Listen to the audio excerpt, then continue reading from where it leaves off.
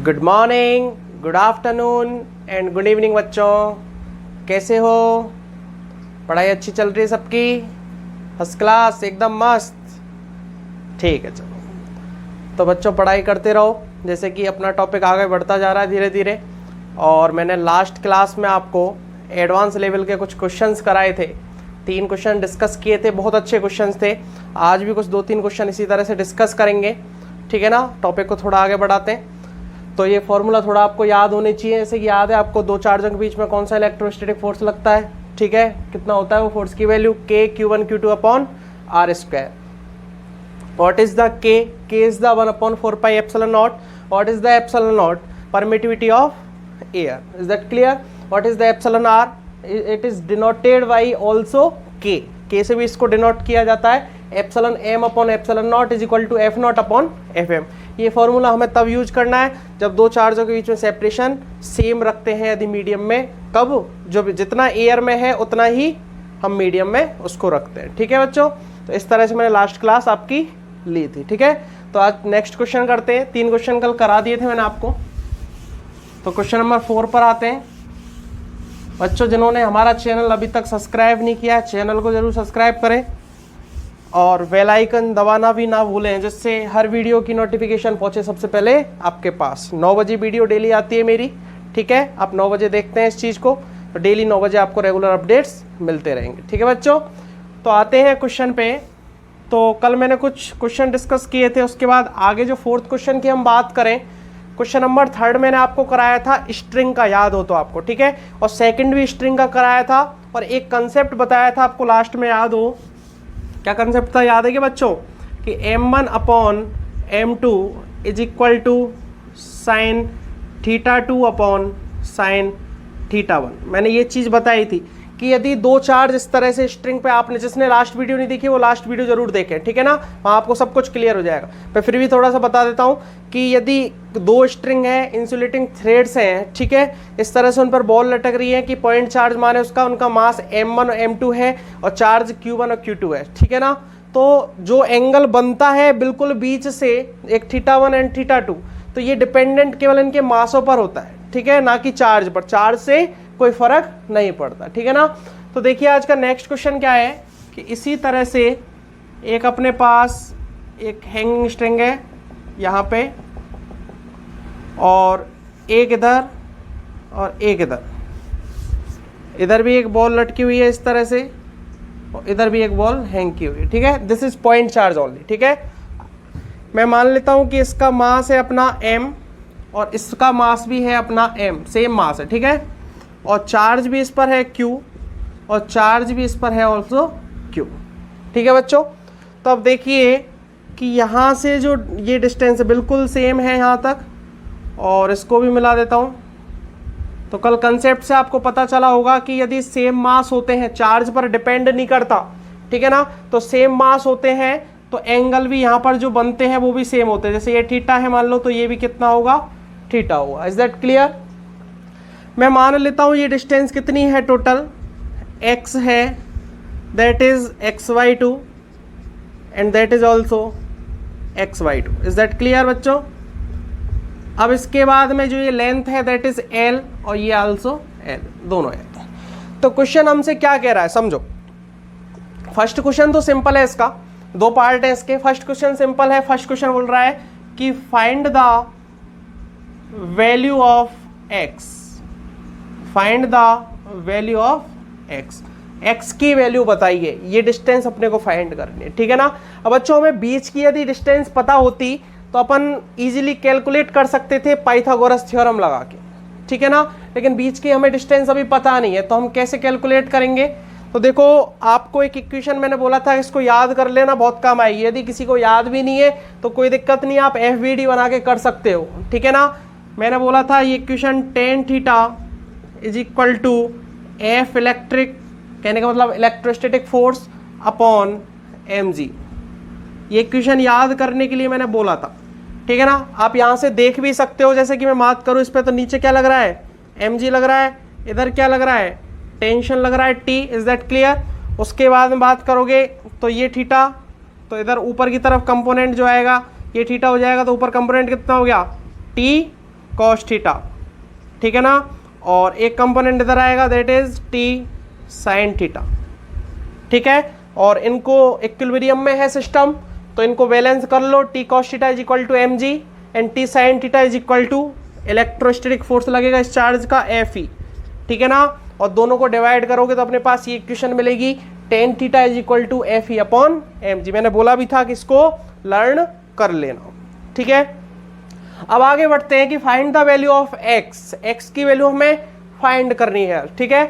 और क्वेश्चन में बच्चों एक चीज और दे रखी है मैंने आपको बताई नहीं कि जो ये एक्स है that is X is much less than to comparison to L, ठीक है, ये भी ध्यान रखना। क्वेश्चन में हमें दे रखा है कि जो ये x है is much less than to l, is that clear. तो x की वैल्यू फाइंड करने के लिए अपने को पहले तो ये इक्वेशन पता होनी चाहिए tan theta is equal to F E upon M G, वही यदि याद नहीं है किसी को तो एफ बी डी बना के आप इसको सॉल्व कर सकते हो। अब हम बात करें यहाँ से एफ ई की वैल्यू लिखें तो what is the F E, तो एफ ई होता है इलेक्ट्रोस्टैटिक फोर्स, कितनी होती है वैल्यू उसकी K Q upon K Q one Q two upon R square, ठीक है। तो that is Q and that is Q, same charge, ठीक है, पॉजिटिव पॉजिटिव है बच्चों, ये भी ध्यान रख लेना, ठीक है ना। तो रिपल्शन का फोर्स लगेगा, ठीक है, मैंने लगा भी रखा है इधर की तरफ, ठीक है। तो कितना होगा इलेक्ट्रोस्टैटिक फोर्स, के Q square upon distance between both charges या सेपरेशन जिसको बोला जाता है that is x square, is that clear. यहां से यदि टेन थीटा की वैल्यू निकाले तो टेन थीटा की जो वैल्यू आती है अपनी एफ ई की वैल्यू पुट कर दो ऊपर, K Q square upon X square dot M G, is that clear. यहाँ से आप x की वैल्यू निकाल सकते हो, ठीक है। कैसे निकालोगे कि देखो टेन थीटा, अब मुझे एक बात बताओ कि ये क्वेश्चन में हमें दिया गया है कि x is much less than to comparison to l, ठीक है, l बहुत बड़ा है x के रिलेटिव में, ठीक है। तो यदि x बहुत छोटा होगा, सॉरी x बहुत छोटा है l के रिलेटिव में, ठीक है ना, तो x यदि बहुत छोटा होगा l बहुत ज़्यादा बड़ा होगा तो वी कैन से इजीली कि जो एंगल थीटा बना हुआ है ये भी क्या है, एक स्मॉल है, ठीक है। तो थीटा इज स्मॉल, थीटा क्या है, स्मॉल है, और आपको पता है कि जब थीटा स्मॉल होता है तो टेन थीटा को हम साइन थीटा लिख देते हैं, ठीक है ना।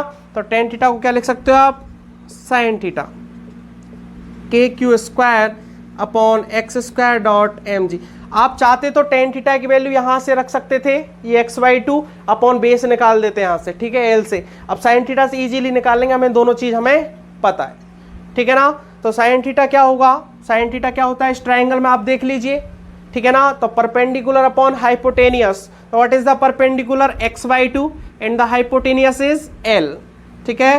तो X upon two L is equal to K Q square upon X square dot M G, ठीक है ना। यहाँ से आप x की वैल्यू निकालना चाहो तो इधर एक्स क्यू कर लो, इसको बाकी को उधर पहुँचा दो।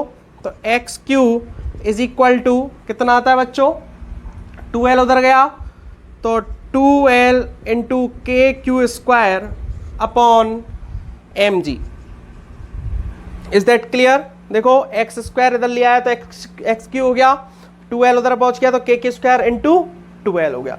यहाँ से x की वैल्यू हम निकालेंगे तो वी कैन फाइंड इजीली, तो के क्यू स्क्वायर 2 आगे लगा लो l अपॉन एम जी की power 1/3, that is the value of x।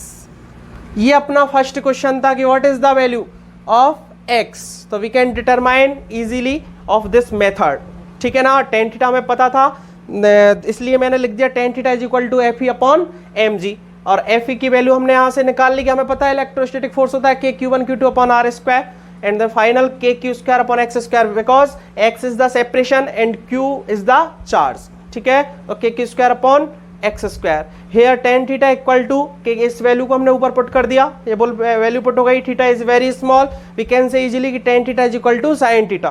Sign theta को हमने इसने इस ट्राइंगल से लिख दिया एक्स अपॉन 2l, और x upon 2l is equal to K Q square upon X square M G, and we can say easily find the value of x is equal to 2 K Q square l upon M G की whole power 1/3, is that clear. यहाँ तक ठीक है। और ये equation बच्चों याद कर लेना, मैं बार बार कह रहा हूँ कि बहुत काम आने वाली है। और यदि याद नहीं हो रही है किसी को, भूल भी जाते हो, तो यहाँ से FBT बना के आराम से निकाल सकते हो, मैंने बता दिया। Is that clear? क्वेश्चन ये नहीं था अपना, क्वेश्चन दूसरा है, मेन जो क्वेश्चन है वो चालू होता है, ठीक है। तो क्वेश्चन नंबर 2 क्या कह रहा है, समझने की कोशिश करना, बहुत अच्छा क्वेश्चन है, ठीक है, आयरोडोप का क्वेश्चन है, बहुत अच्छा क्वेश्चन है। तो क्वेश्चन नंबर 2 हमसे क्या कहना चाह रहा है कि ये कह रहा है कि यदि ये चार्ज Q है और ये क्या चार्ज Q है, किसी कोई मैकेनिज्म के कारण इन पर चार्ज लीक्स हो रहा है, लीक होने लग रहा है, ठीक है ना, और किस रेट से, अल्फा कूलाम पर सेकंड, ठीक है ना। कहने का मतलब समझो कि इस तरह से लटके हुए हैं, और क्वेश्चन में हमसे कहा है कि दोनों जो मास है m और जिन पर दोनों चार्ज है Q, same mass and same charge, तो जो ये चार्ज है ये लीक्स हो रहे हैं किस रेट से, अल्फा कूलाम पर सेकंड, ठीक है। क्वेश्चन बोला है कि अल्फा कूलाम पर सेकंड से ये लीक होते जा रहे हैं। अब मुझे एक बात बताओ कि जैसे जैसे चार्ज कम होते जाएंगे वैसे वैसे फोर्स की वैल्यू क्या होती जाएगी, कम होती जाएगी, because force is directly proportional to product of charge. Is that clear? अब समझना यहां से कि इस तरह से फील करो इस चीज को कि यहां से दो चार्ज लटके हुए थे कि चार्ज पे से अल्फा कूलाम पर सेकंड से क्या हो रहा है, चार्ज लीक हो रहा है। जैसे जैसे चार्ज लीक होगा तो ये वॉल क्या होंगी, पास आती जाएंगी। उसका रीजन क्यों, क्योंकि Fe की वैल्यू, जैसे जितना Fe इधर लगेगा उतना Fe इधर लगेगा, फोर्स सेम लगेगा, तो ये Fe की वैल्यू क्या होगी, डिक्रीज होती जाएगी। तो Fe की वैल्यू डिक्रीज होती जाएगी तो ये नीचे आते जाएंगे। Is that clear? नीचे आते जाएंगे और सेम एंगल से आएंगे, because mass of that charge, mass of both charge is same. आपको मैंने लास्ट क्वेश्चन में कंसेप्ट बताया था कि यदि मास सेम हो तो एंगल भी क्या रहते हैं, सेम रहते हैं। Is that clear? तो क्वेश्चन में हमसे कहा गया है, पूछा है ये चीज कि ये जो ऐसे नीचे आ रहे हैं धीरे धीरे, तो बताइए वेलोसिटी अप्रोच कितनी है, वेलोसिटी अप्रोच किस पे डिपेंडेंट कर रही है, ठीक है ना। तो हमसे क्वेश्चन बोला है कि वेलोसिटी ऑफ अप्रोच, ठीक है ना, वेलोसिटी ऑफ अप्रोच किस चीज पे डिपेंड कर रही है और कितना डिपेंड कर रही है, ठीक है ना। जैसे ऑप्शन चाहिए आपको तो मैं ऑप्शन भी दे देता हूं इसका, मैं इसको रफ कर देता हूं बच्चों, है ना, यहां से, ठीक है, इस चीज को मैं रफ कर देता हूं।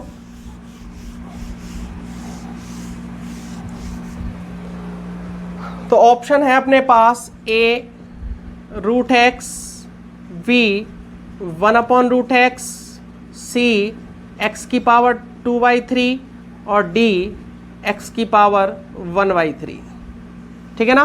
तो क्वेश्चन हमसे बोला कि what is the velocity of approach, velocity of approach किस तरह से नीचे आ रही है, ठीक है ना, ये हमें फाइंड करना है जब चार्ज लीक हो रहे हैं अल्फा कूलाम पर सेकंड से, ठीक है।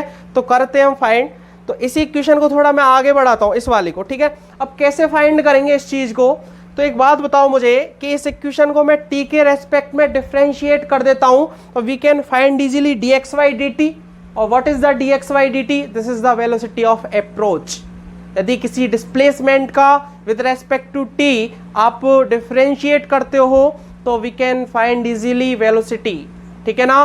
तो we can find easily velocity of approach.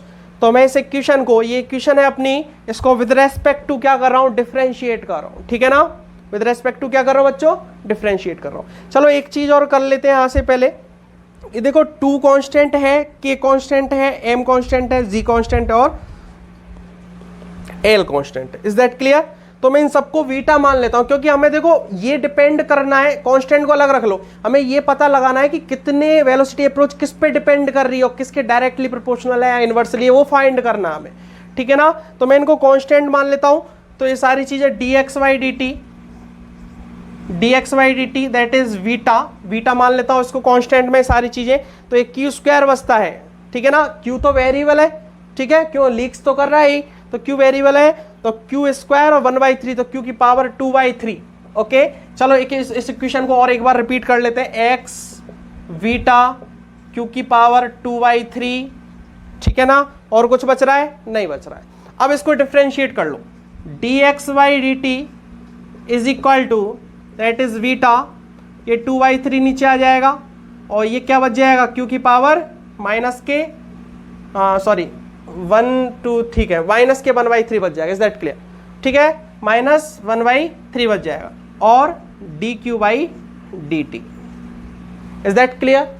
Differentiate किया है, बस कुछ नहीं किया मैंने। क्यों किया है डिफरेंशिएट? क्योंकि हमें वेलोसिटी ऑफ अप्रोच चाहिए, और x का डिफरेंशिएट हम विद रेस्पेक्ट टू t कर देंगे तो we can find easily the velocity of approach, ठीक है ना। तो वेलोसिटी ऑफ अप्रोच हमने निकाला dx/dt इज इक्वल टू, ये पूरा कांस्टेंट मान लिया।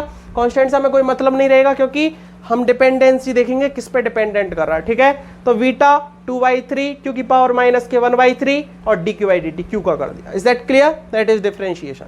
ओके, अब देखते हैं यहां से कि अभी भी हमें बहुत कुछ करना है। अभी q को देखते हैं एक तरह से, ठीक है। तो आप ये इक्वेशन देखो, ये वाली, ठीक है। तो यहां से हम q की वैल्यू निकालना चाहें तो मुझे एक बात बताओ, q किस पे डिपेंड कर रहा है? q किस पे डिपेंड कर रहा है? एक्स क्यू इधर ला दो, बाकी तो कांस्टेंट है, mg 2l k सब कांस्टेंट है। तो q square is directly proportional to X Q, है कि नहीं है नीचे से?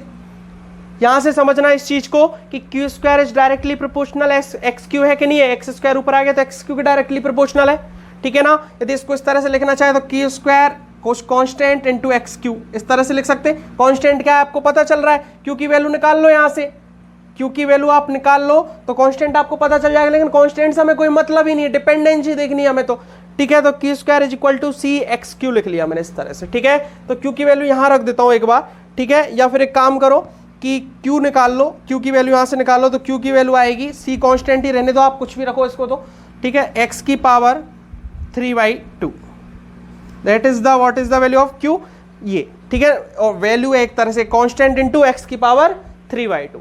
तो मैं इसको आगे लिख रहा हूं यहां से dx/dt is equal to that is beta and 2/3 q क्या है अपना, c x की पावर 3/2, c x की पावर 3/2 की पावर माइनस के 1/3। और what is the dq/dt? What is the dq/dt? तो आपको पता है कि अल्फा कूलम पर सेकंड से क्या हो रहा है, चार्ज लीक हो रहा है। तो what is the value of dq/dt? That is alpha. Is that clear? तो अल्फा लिख लिया मैंने, ठीक है। तो देखो बच्चों, beta constant, 2/3 constant, c constant, alpha constant, यहां से इसको सॉल्व करो तो dx/dt, ये सब कुछ कांस्टेंट अलग कुछ मान लो k, ठीक है, सबको एक k मान लो। तो x की पावर 3/2 और x की पावर ये 1 माइनस के 1/3 को आप सॉल्व करोगे तो देखो 3 से 3 कट जाएगा तो क्या बचेगा, ये आएगा x की पावर माइनस के 1/2। Is that clear? तो what is the value of dx/dt? What is the value of dx/dt? तो k/√x, ठीक है ना, k/√x। यदि आपसे बोले कि वेलोसिटी ऑफ अप्रोच की वैल्यू निकालो तो we can easily find this value of velocity of approach.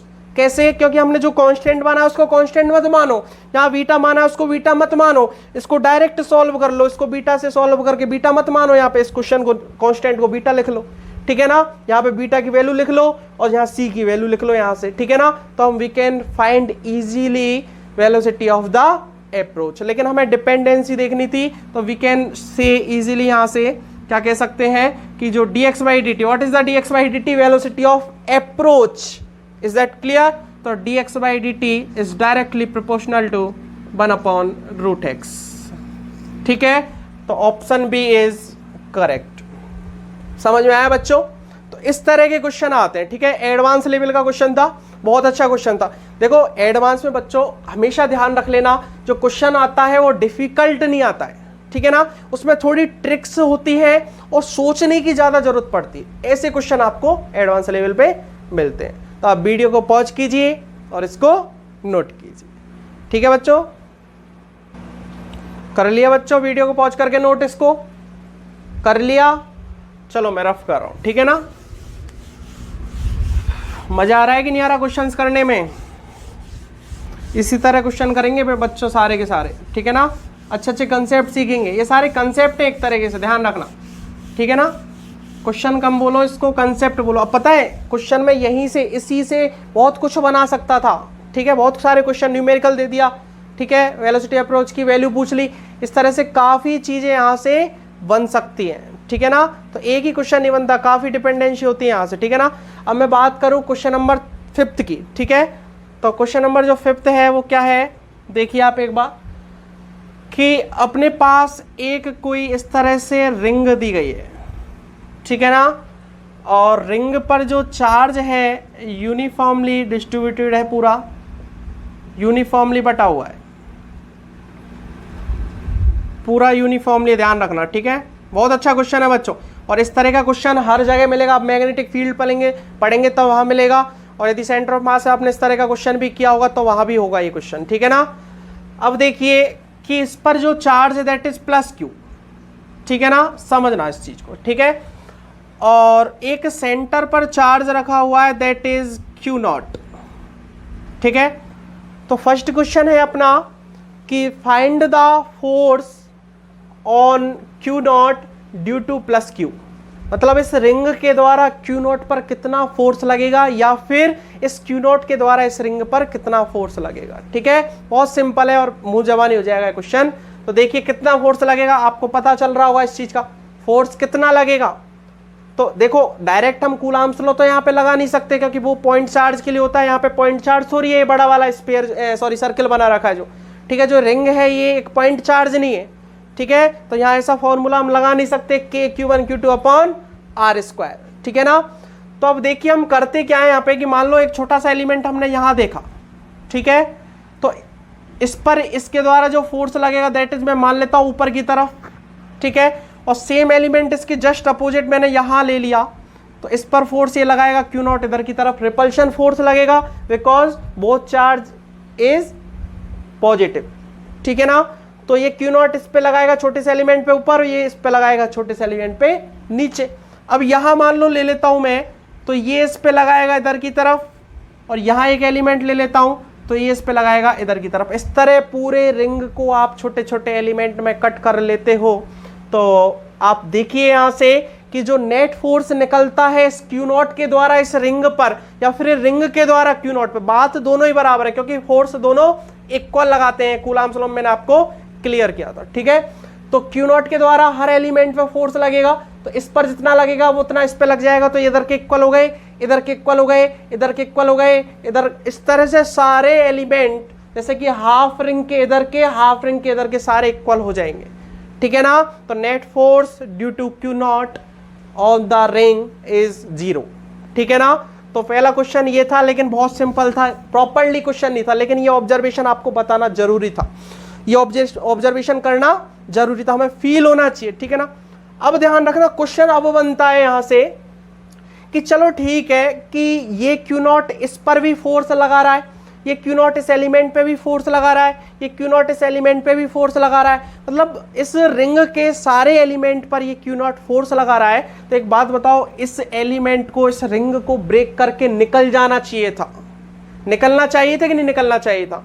निकल जाना चाहिए था। यदि किसी चीज पर आप फोर्स लगाओगे तो वो मूव करेगा कि नहीं करेगा? तो ये क्यू नॉट यदि इस एलिमेंट पे आपके लिए यदि फोर्स लगाएगा तो इस एलिमेंट को इस रिंग से क्या हो जाना चाहिए था? टूट जाना चाहिए था, ब्रेक हो जाना चाहिए था और निकल जाना चाहिए था। इस एलिमेंट पे लगाए तो ये भी निकल जाना चाहिए था, लेकिन ऐसा होता नहीं है। तो ध्यान रखना, इलेक्ट्रोस्टैटिक्स का ये बहुत अच्छा कंसेप्ट है, ठीक है ना, बहुत अच्छे सोचने वाले क्वेश्चन है। तो क्यों ये रुका हुआ है, ऐसी क्या कंडीशन है इसकी कि ये रुका हुआ है, उसी रिंग में बना हुआ है? तो समझो ये टेंशन के बारे में बना हुआ है। एक बात बताओ कि इस तरह से आपके हाथ है, ठीक है ना, तो कोई आपको इधर से भी खींच रहा है, मान लो एफ फोर्स लगा के 5 न्यूटन लगा रहा है इधर से, ठीक है, और इधर से भी 5 न्यूटन लगा रहा है, दोनों तरफ से आपको खींच रहा है, ठीक है। तो आप पर नेट फोर्स कितना है? 0 है, ठीक है ना, नेट फोर्स कितना है? 0 है। तो इसका मतलब ये थोड़ी है कि आई एम सेफ। बताओ मैं सेफ हूं? नहीं हूं ना, हाथ निकल जाएंगे, ठीक है ना। यदि और ज्यादा फोर्स उन्होंने लगा दिया, जैसे 50 इधर से लगा दिया, 50 इधर से लगा दिया, मेरे हाथ तो साफ है यहां से, ठीक है ना। तो वो चीज समझने की कोशिश करो कि नेट फोर्स 0 है, इसका मतलब ये थोड़ी है कि रिंग पर जो फोर्स लग रहा है वो भी 0 है। कहने का मतलब रिंग कोई फोर्स फील ही नहीं कर रहा है, ऐसा थोड़ी है पॉसिबिलिटी कि रिंग कोई फोर्स फील ही नहीं कर रहा है। फोर्स तो फील कर रहा है, लेकिन फोर्स फील कर रखा है तो उसको रोक किसने रखा है? उस एलिमेंट को रोक किसने रखा है इस रिंग को ब्रेक करके बाहर निकलने के लिए? तो हमें वो चीज आती है टेंशन, टेंशन ने रोक रखा है। तो find the tension on this ring, question ये है अपना। Is that clear? तो find the tension on this ring, ठीक है। तो वी कैन कैलकुलेट, कैसे करते हैं देखो। एक मैं छोटा सा एलिमेंट ले लेता हूं इधर की तरफ, ठीक है, और छोटा सा जो एलिमेंट लिया है मैं इसको एलिमेंट को इधर बना लेता हूं। इस तरह का एलिमेंट है बच्चों, ठीक है, इस तरह से मैंने एलिमेंट ले लिया और बिल्कुल बीच सेंटर पे से, ठीक है, दैट इज डी थीटा और that is also D theta, ठीक है ना।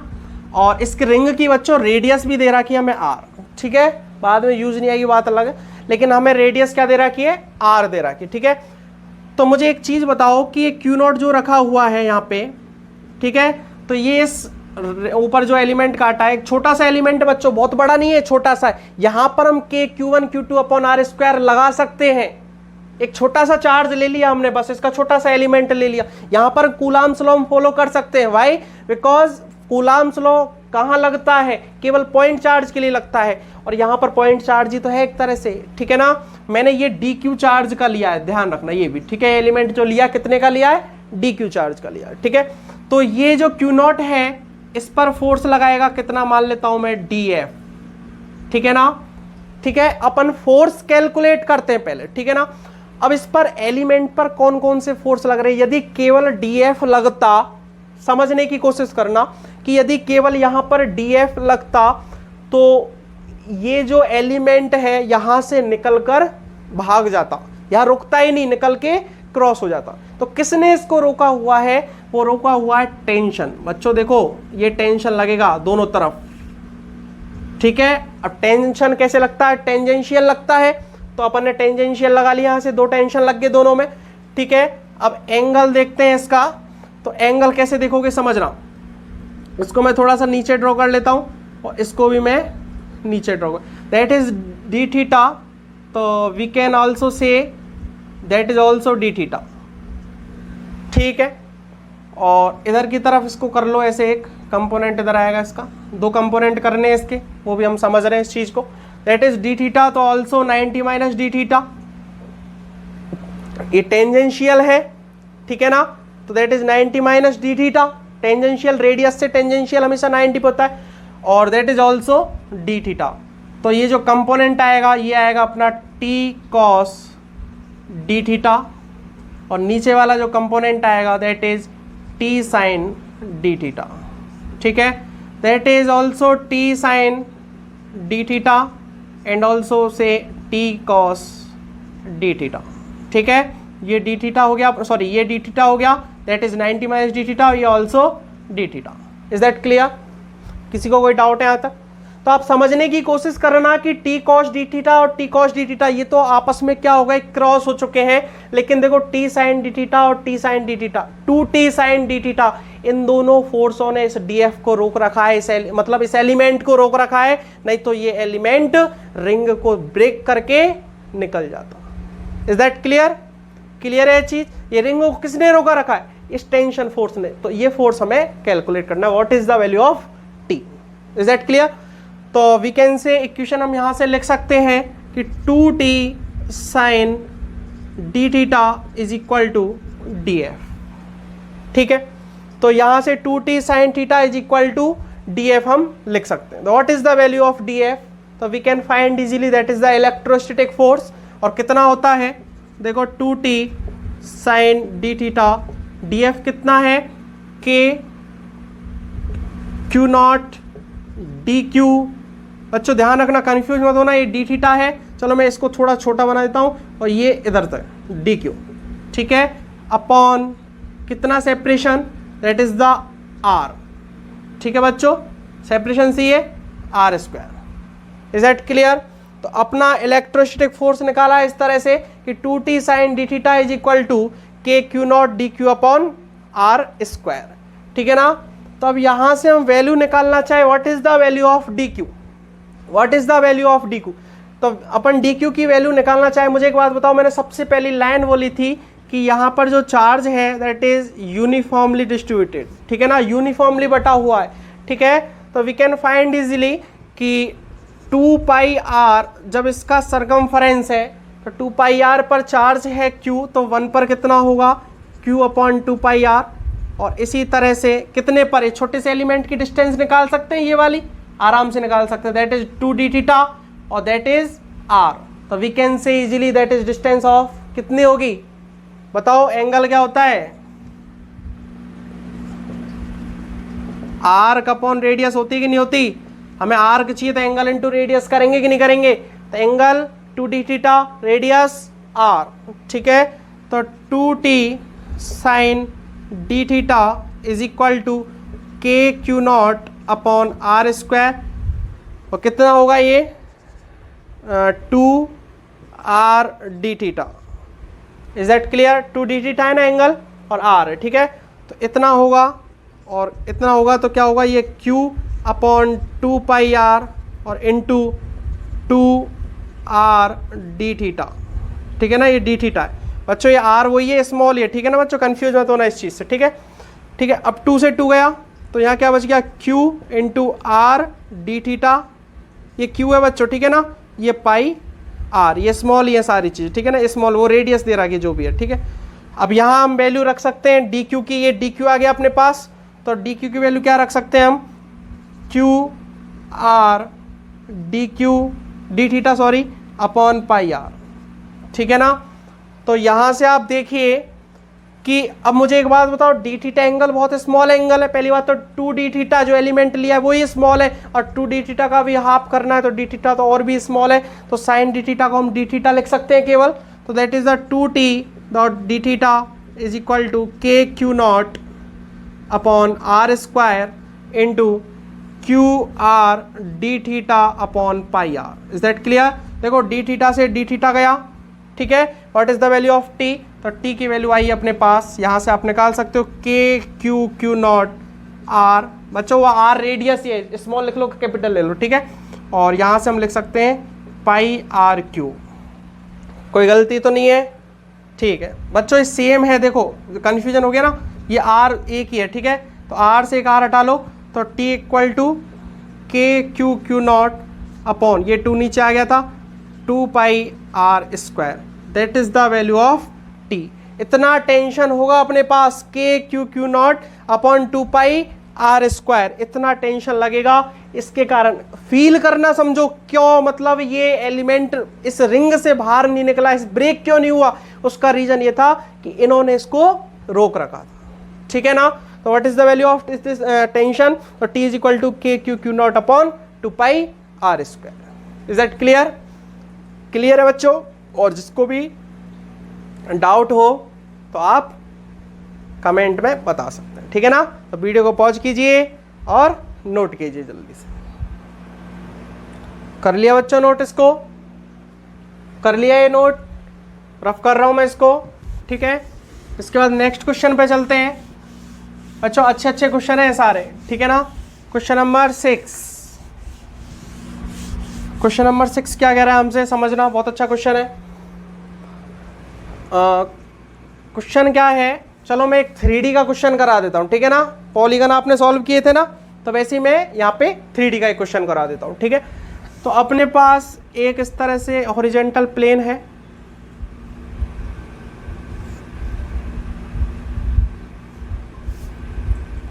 इस तरह से अपना एक हॉरिजॉन्टल प्लेन है, और यहाँ पर 3 चार्ज रखे हुए हैं, ठीक है ना, इस तरह से।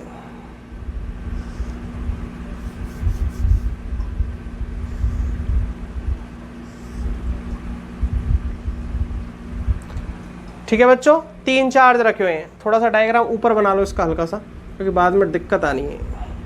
दोबारा बना देता हूँ इसको, ठीक है।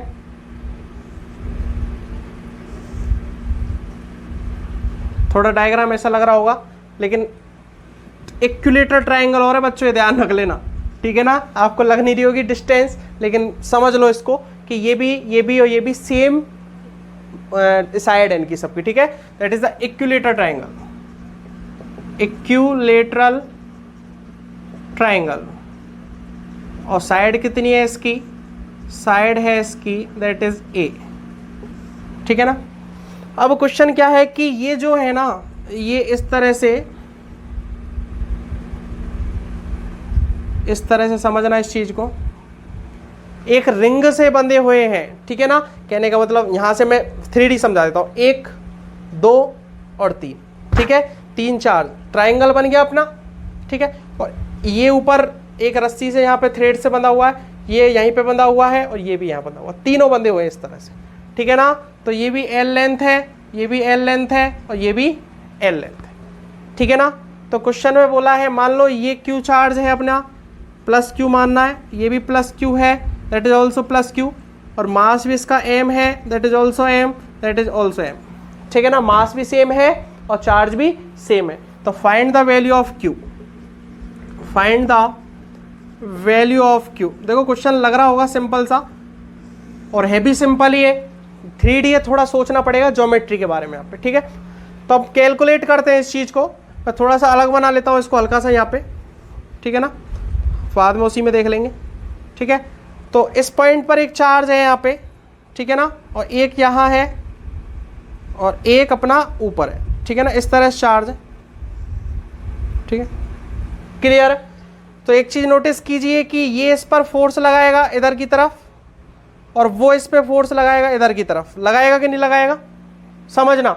ये चार्ज इस चार्ज पर फोर्स लगाएगा, मैं मान लेता हूं दैट इज एफ डैश, और that is also F dash, same रहेगा, बिकॉज चार्ज भी सेम है और साइड भी सेम है। तो देखो फोर्स सेम रहेंगे कि नहीं रहेंगे, और इनका जो एफ नेट आएगा वो भी बच्चों बिल्कुल बीचों बीच में आएगा। We can say that is F. ठीक है, एफ डैश और एफ डैश का जो नेट है मैं उसको मान लेता हूं कितना है, एफ है। ठीक है ना, अब फाइंड भी कर लेंगे कितना आएगा, एफ की वैल्यू कर ही लेते हैं, चलो फाइंड। ठीक है ना, तो कितना आएगा मुझे एक बात बताओ, ये एंगल 60 का होना है क्योंकि इक्विलेटरल ट्राइंगल है, तो 60 का होना है। ठीक है, तो ये दैट इज ऑल्सो 60। तो एफ डैश और एफ डैश के बीच में कितना एंगल है, 60 का है। तो स्क्वायर कर लो इसको, एफ डैश का स्क्वायर प्लस एफ डैश का square plus 2 F dash cos 60। ठीक है ना, एफ नेट निकाल रहा हूं मैं, एफ की वैल्यू। ठीक है, तो एफ इज द, ये कितना हो गया, 2 एफ डैश स्क्वायर प्लस इधर से कितना हो गया, ये भी 2 एफ डैश स्क्वायर हो गया, इनटू कॉस 60 कितना होता है, 1/2 होता है। 1/2 से मल्टीप्लाई कर लो, 2 से 2 गया, तो that is the value of F √3 कितना, एफ डैश। ठीक है ना, that is the value of √3 F dash. Clear, कितनी I value, √3 F dash. Clear बच्चों। तो ये अब मैं इन दोनों को हटा रहा हूं बच्चों, एफ डैश और एफ डैश को हटा रहा हूं यहां से। ठीक है ना, अब केवल क्या शो कर रहा हूं, बीच का कर रहा हूं केवल एक। अब कंफ्यूज मत होना क्योंकि 3D डायग्राम में सोचना पड़ेगा। ठीक है, ये इधर था और ये इधर था। ठीक है ना, इनके बीच में जो निकाला, देखो ये इधर था, इसके कारण इधर गया, इसके कारण इधर गया, बीच का निकाल लिया मैंने इस तरह से। और इस तरह से कितना है एफ की वैल्यू, √3 एफ डैश। ठीक है ना, तो मैं डायरेक्ट ही शो कर रहा हूं इसको इस तरह से प्लेन बना के। ये अपना एक प्लेन बना लिया, और प्लेन में बात करूं तो इस तरह से ये और थोड़ा सा नीचे ले लो, और ठीक है ना, इस तरह से ये, तो ये जो बीच में आया ना, बिल्कुल बीचों बीच आया। ठीक है ना, that is the √3 F dash. Is that clear, यहाँ तक ठीक है। अब बात करें ऊपर की तरफ। ठीक है, तो ऊपर की तरफ देखो टेंशन लग रहा होगा इस पॉइंट पे, ये तो हमने इसका निकाल लिया नेट। ठीक है ना, तो ऊपर टेंशन एफ डैश की वैल्यू भी हम निकाल लेंगे, किसी एक चार्ज का निकाल लो, KQ² आना है। ठीक है ना, भले शायद लिखना चाहो तो ये भी लिख सकते हो, √3 KQ² that is the value of F dash, that is the F dash, and we can find easily what is the value of F, √3 KQ²/A²। तो यहां से मैं डायरेक्ट वैल्यू लिखना चाहूँ ना, तो वैल्यू भी लिख सकता हूँ √3 KQ²/A²। ठीक है बच्चों, अब समझने की कोशिश करना यहां से कि मैं टेंशन लगा रहा हूं। ठीक है, क्योंकि स्ट्रिंग है तो टेंशन होगा, एक चार्ज को लेके चल रहा हूं, एक चार्ज पे कर रहा हूं। ठीक है, तो इस तरह से टेंशन होगा। 3D में बच्चों डायग्राम में थोड़ा दिक्कत आता है। ठीक है, इस तरह से इसका टेंशन होगा। ठीक है, अब इसके बाद बात करें और क्या क्या चीज होंगी, और कौन सा फोर्स लगेगा, सोचो इस चीज को, और कौन सा फोर्स लग सकता है। अब एक काम और कर रहा हूं मैं बच्चों, ये एंगल जो है ना, ये एंगल जो यहां से डायग्राम बनाया है, ये जैसे कि ये जो डायग्राम बनाया है, ये एंगल मैं थीटा मान रहा हूं। What is the theta, theta कैसे है कि ये जो पॉइंट है, ये पॉइंट ऊपर वाला, ठीक है, इस ऊपर वाले पॉइंट से मैं बिल्कुल सेंट्रॉइड से मिलाती हुई एक लाइन ड्रॉ कर रहा हूं। कहने का मतलब देखो, एक पॉइंट चार्ज यहां था, एक पॉइंट चार्ज यहां था, और एक पॉइंट चार्ज यहां था। ठीक है ना, 1 2 और 3। ठीक है ना, और बीच में से पकड़ा हुआ, तो बीच में से सीधी, इक्विलेटर ट्राइंगल है तो बीच में से सीधी सेंट्रॉइड से क्रॉस होती हुई एक लाइन ड्रॉ कर रहा हूं। और थीटा एंगल क्या है, थीटा एंगल है कि इस तरह से जो एक, जैसे ये रस्सी ऊपर बंधी हुई है, थ्रेड्स जो बंधी हुई है ये, और जो सीधी क्रॉस की है, तो उसके बीच का एंगल है कितना, थीटा। ये इस तरह से रस्सी नीचे, ठीक है, और जो सेंट्रोइड से पास हो रही है उनके बीच का एंगल है थीटा। Is that clear? तो ये एंगल कितना हो गया? थीटा हो गया, ठीक है ना, ये क्रॉस करते हुए एंगल है, ठीक है। तो अब करना क्या है कि ये थीटा, तो मुझे एक बात बताओ कि मैं इसका एलिमेंट करना चाहूँ तो एक एलिमेंट इधर आएगा और एक एलिमेंट आएगा इस डायरेक्शन में, ठीक है। एक तो हॉरिजेंटल में आएगा, ठीक है, एक तो देखो एक बात बताओ, इस तरह से रस्सी जा रही है, इस तरह से टेंशन लग रहा है, इस तरह से, ठीक है ना, इस तरह से टेंशन लग रहा है, तो एक कंपोनेंट तो इसका हॉरिजेंटल में आएगा और एक कंपोनेंट का वर्टिकल में आएगा। तो वर्टिकल वाला कंपोनेंट निकाल लेंगे, ये थीटा एंगल है मान लिया मैंने, तो ये theta, that is the T cos theta और that is the T sine theta. Is that clear? और इस पर नीचे लग रहा है mg, ठीक है, कितना लग रहा है? mg। तो ये मैंने एक FBD बनाया है एक चार्ज का, बस यही बनाना डिफिकल्ट था थोड़ा सा, लेकिन क्योंकि 3D डायग्राम है, फील करना पड़ता है इस चीज को, ठीक है, ज्योमेट्री आनी चाहिए, प्रैक्टिस, कहते हैं ना practice makes a perfect man, तो प्रैक्टिस जितना करोगे उतने क्वेश्चन सॉल्व होंगे। Is that clear? अब समझना मेरी एक चीज कि ये mg हो गया, ये टी कॉस थीटा हो गया, that is T sine theta. अब टी साइन थीटा को कौन बैलेंस कर रहा है? इलेक्ट्रोस्टैटिक फोर्स, इसकी वैल्यू हम निकाल चुके हैं √3 kq²/a², ठीक है ना। तो अब देखते हैं यहां से, इसको मैं रफ कर रहा हूं बच्चों। तो अब देखिए कि T cos theta is equal to हो गया अपना mg, टी कॉस थीटा कितना हो गया बच्चों? mg हो गया, और उसके बाद में टी साइन थीटा हुआ कितना? टी साइन थीटा हो गया अपना, सोचो टी साइन थीटा कितना है? √3 kq²/a², kq²/a², ठीक है ना। ये दो इक्वेशन बन गई, इक्वेशन फर्स्ट इसको मान लो, सेकंड इसको मान लो, क्योंकि फर्स्ट अपॉन सेकंड करना है, तो what is the value of tan theta? We can find easily, ठीक है। तो tan theta is equal to √3 kq²/a² और mg, ठीक है। तो ये वैल्यू आई अपनी tan थीटा की, ठीक है। अब we can find easily the value of q, हमें फाइंड क्या करना था क्वेश्चन में? Find the value of q, तो we can find easily the value of q। लेकिन हमारे पास थीटा भी अभी अननोन है, हमने थीटा माना था, तो थीटा भी हम निकाल सकते हैं। देखो कैसे निकाल सकते हैं, तो मुझे एक चीज बताओ कि एक पाइथागोरस थ्योरम लग जाएगी इसमें। आप सोचो एक चीज को कि मेरी तरफ देखना एक तरफ तरीके से, ठीक है ना। इस तरह से मैं पेन ले लेता हूं एक बार, कि जैसे कि ये रिंग बंधा हुआ था, एक तो इधर बंधा हुआ था, एक इधर बंधा हुआ था और एक इधर बंधा हुआ था, इस तरह से, ठीक है ना। नीचे ट्राइंगल बना हुआ है, नीचे देखो ट्राइंगल बना हुआ है इजीली, ठीक है, और इस तरह से थ्रेड्स बंधी हुई है। और मैंने सेंट्रोइड थीटा कौन सा माना है? बीच में से एक लाइन खींची है, इसके सेंट्रोइड पे मिलती हुई बीच में से, ठीक है ना, बीच में से एक लाइन खींची है मैंने सेंट्रोइड से मिलती हुई, और एक थ्रेड के संग एंगल माना था थीटा। Is that clear? अब देखिए ये लाइन, जो बीच की लाइन, सपोज कीजिए ये बीच की लाइन है, इसको हटा दीजिए बाकी सोचना, और एक ये थ्रेड से, ठीक है, ये बीच की लाइन है सेंट्रोइड वाली, ये थ्रेड से, तो ये एंगल कितना है? दैट इज एंगल थीटा, ठीक है। और ये डिस्टेंस पता है क्या आपको? वर्टेक्स है ना बच्चों, ये वर्टेक्स पॉइंट है, यहीं पे तो क्यू चार्ज रखा हुआ है, वर्टेक्स पे ही तो रखा हुआ है, ठीक है ना। और ये सेंट्रोइड पॉइंट है, बीच का पॉइंट है, तो सेंट्रोइड से किसी एक वर्टेक्स की जो डिस्टेंस होती है that is a/√3। What is the value of centroid and the what is the distance between centroid and the vertex in equilateral triangle? कितनी होती है? a/√3। तो ठीक है, मैं मान लेता हूं कि वैल्यू कितनी है अपनी? a/√3, ठीक है। तो ये वैल्यू आ गई अपने पास a/√3। अपने को थीटा कैलकुलेट करना है, यहाँ पे कोई अपने को कोई ऐसी चीज नहीं देखनी, थीटा कैलकुलेट करना है। तो देखिए अब थीटा कैसे कैलकुलेट करेंगे। इस क्वेश्चन में एक चीज ध्यान रखिए कि एक चीज हमें ये दे रखी है इस क्वेश्चन में कि a जो है दैट इज स्मॉल है l से। ये क्वेश्चन में बताया नहीं मैंने आपको, ये क्वेश्चन में गिवन है कि a जो है इसकी साइड है l से क्या है, बहुत छोटी है, ठीक है। तो वी कैन से इजीली कि tan थीटा को हम sin थीटा लिख सकते हैं because theta is small. Theta small कैसे होगा कि ये l है और इसकी a ये है, ठीक है ना।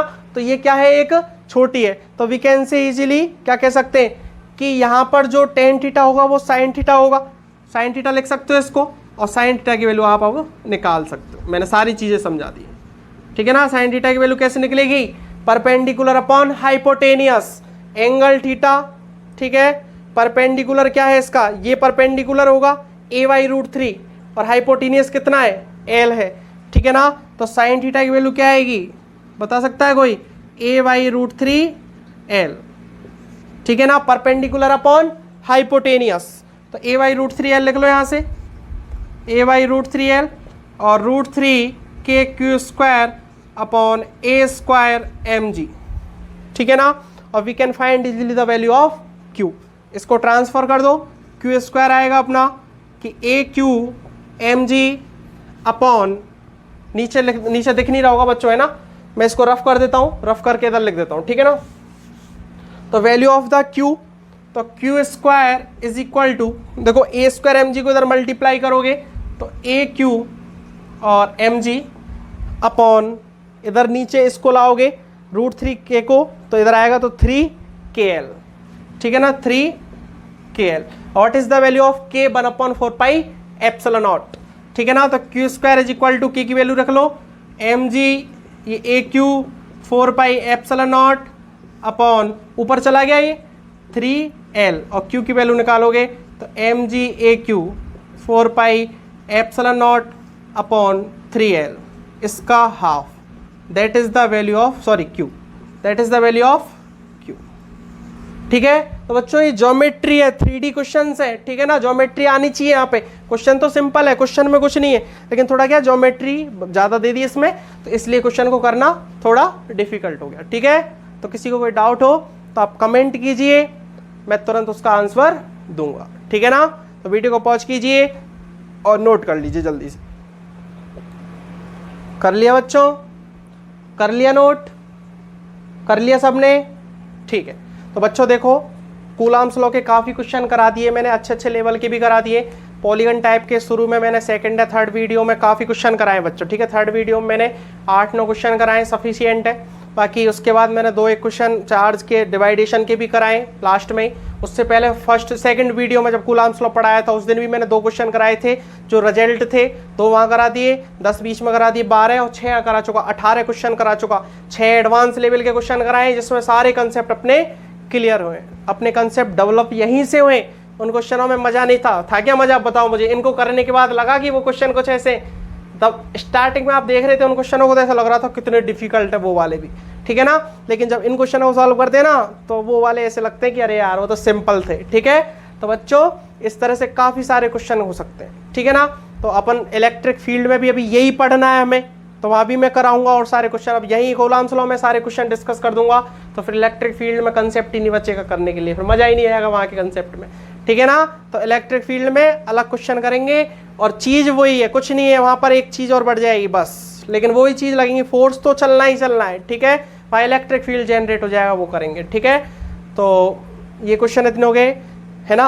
अब दूसरी चीज मेरी बात समझिए, कूलाम्स लॉ मैं यहाँ पर कंप्लीट कर रहा हूँ। अब नेक्स्ट वीडियो में आपको इलेक्ट्रिक फील्ड स्टार्ट करूँगा, ठीक है। इलेक्ट्रिक फील्ड पढ़ाऊंगा और इलेक्ट्रिक फील्ड का जो लेक्चर है काफ़ी लंबे चलने वाला है, वो तो 7, 8, 9 भी पहुँच जाए, 8 लेक्चर 9 लेक्चर, तो जितने भी लेक्चर बनेंगे। लेकिन मैंने आपको प्रॉमिस किया है सिंगल कंसेप्ट भी नहीं छोड़ूंगा, सारे कंसेप्ट बताएं कूलाम्स लॉ के, ठीक है। सारे कंसेप्ट बताएं, सारे कंसेप्ट, एक भी कंसेप्ट नहीं छोड़ा। मैं चाहता तो कूलाम्स लॉ को, बहुत सारे यूट्यूब पर चैनल हैं, उन्होंने एक कंसेप्ट जो बता रखा आपको कूलाम्स लॉ को एक वीडियो में बता रखा, 2 में बता रखा लास्ट मैक्सिमम। मैंने आपको 4 या 5 वीडियो में जाके ये पूरा कंसेप्ट बताया, क्योंकि मुझे क्लियर करना था। आपको समझ में आएगा तो मुझे फायदा है, आपको नहीं आएगा तो मुझे कोई फायदा नहीं इस चीज में, ठीक है। आपको भी फायदा तभी होगा तब आपको समझ में आएगा, ठीक है। क्योंकि मुझे फायदा किस तरह का, क्योंकि मुझे लगेगा कि हाँ मैं जो पढ़ा रहा हूँ आपको समझ में आ रहा है, तब मैं और प्रयास करूँगा अपने, और मेहनत करूँगा